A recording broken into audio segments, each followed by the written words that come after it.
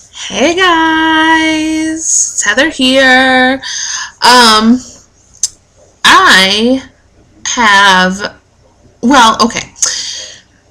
So, to borrow a term from Heather Socks Heather, I'm having my own little mental Monday, if you will. And I kind of wanted to share it with you guys. Um, I'm a teacher, and it's back to school time, and this is the second week, really the first full week we've been back without students yet in Michigan.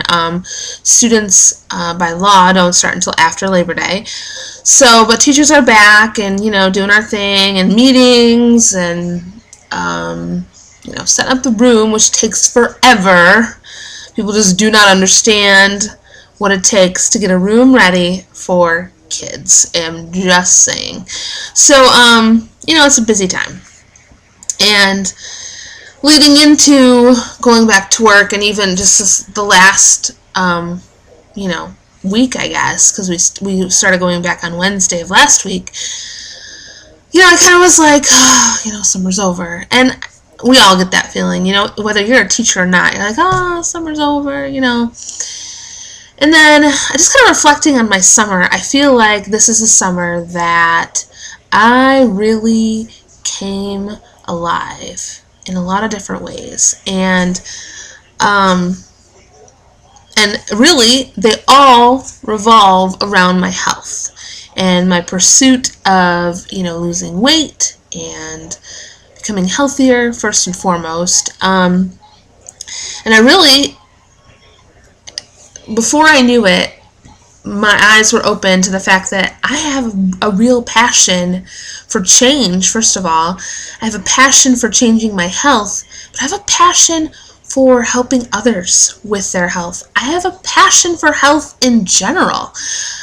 And it made me, start to think about, ever since I was a little girl, I always wanted to be a teacher. And I mean, seriously, guys, ever since I was little, all I wanted to do was be a teacher. And I still have a passion for teaching and for kids and for helping them and seeing change in them. It's like my eyes were open to this new passion, and I've had to contemplate a little bit what to do with it, or to do anything at all with it, or just to ignore it, or just to, it's because I'm on my health journey, and, it kind of goes with the territory, and no great shakes. But I really don't think that this is all a fluke, and I really don't think that, God has put these, how do I word it, that He has put these, I don't know if opportunities, I guess, but I mean, He has put all of these health passions in me just for a waste. So I can't quite put my finger on it exactly, like saying, oh, I'm passionate about it and this is what I'm going to do. But I just know I'm in a right place with it.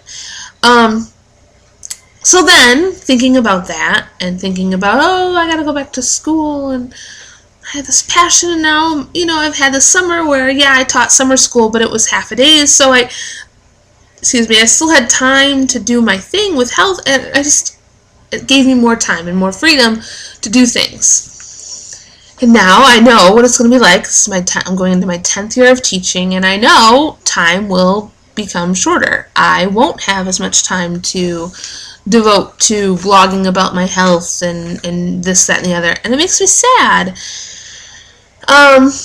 But it also, if you're passionate enough about something, you will find a time. And I know I'm not just going to, stop vlogging while I'm back in school. That won't happen. And I won't stop definitely blogging about it and sharing about it on my Facebook page, etc. But I guess what I'm trying to get at with all of that being said, I have to think about my job, which is a teacher. I am a teacher. I teach first grade. And I have to stop and think, okay, that is your job. It is something that you love. And what are you going to do with the passion that you've acquired over the summer for health and for change, and just looking at life differently? How are you going to take that? Okay, don't use it to waste. How are you going to take it and take it into the classroom? How are you going to make that worthwhile in your career as a teacher. Hi, little friend. So, that's kind of like my point in sharing this tonight, is that sometimes we, like my first reaction when thinking, going back to work, going back to school, oh, I'm not going to be able to do this, and we kind of like look at all the negatives. But I'm really forcing myself to think, okay, you have this gift of pursuing change with your health, and you're reaching out and you're getting to inspire other people. Ooh, phone is ringing. And what are you going to do with it? Are you just going to, when you go to school, are you just going to forget that it's there? Or are you going to try to tap into that passion and give it forth to your students, give it forth to the staff, the teaching staff, or the staff in general, and other ways? I know one thing I have been toying around with in my mind is mentoring some of our middle school and high school girls. I know what it's like. Well, no, I don't know what it's like to be a teenager in today's times. I say this to many people. I'm so glad I'm not a teenager or a young adult or a kid in today's times. It's just crazy, and your eyes will be open to that, obviously, if you're a parent, but if you are a teacher and you're in education, you see that daily. But I know what it's like to be a teenager. I know what it's like to be a middle schooler and a high schooler and be overweight and be, insecure with yourself and have low self-esteem and not think that you're worth anything because you don't look like your peers, and your peers are driven by society standards, and if you don't look like what you should look like on TV or in a music video or in a magazine, you're not worth anything. And sadly, that's the way our society is.